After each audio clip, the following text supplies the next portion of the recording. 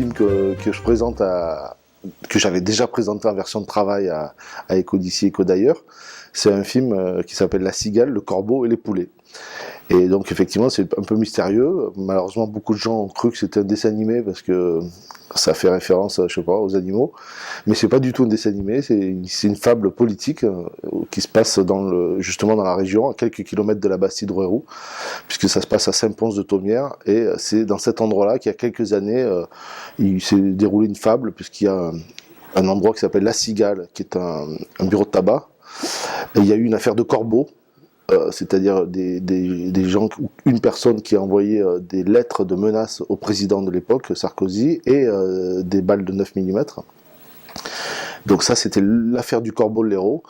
Et alors les poulets, ils sont arrivés sur le tas, parce que c'est 150 policiers des meilleures polices de France qui sont arrivés sur Saint-Pons-de-Thomières avec antiterrorisme, des CRI, toutes les polices, pour arrêter la bande de la Cigale qui, évidemment, n'y était pour rien. Voilà.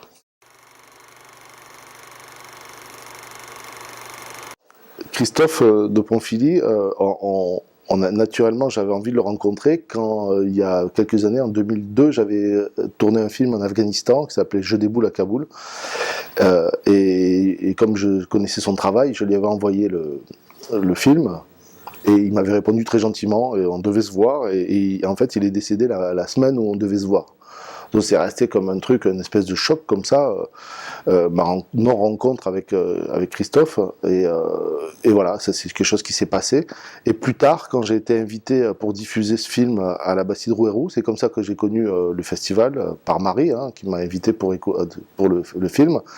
Elle m'a raconté que voilà, le film l'intéressait parce que effectivement c'était un peu le thème du festival, d'être sur les traces de Christophe. Et donc voilà, je lui ai raconté cette histoire et c'est comme ça que je suis allé pour la première fois à la Bastide-Rouerou.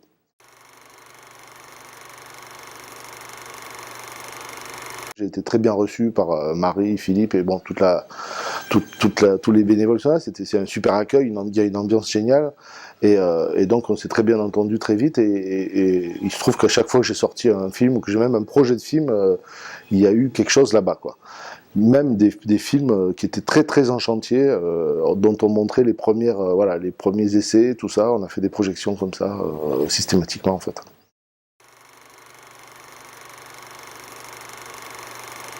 C'est pas les rêves qui nous manquent, tu vois, c'est plutôt les conditions pour les réaliser. C'est-à-dire que comme tous les réalisateurs, je pense, les réalisatrices que tu vas voir ou qui viennent au festival, on a tous mis en place une économie pour faire des films.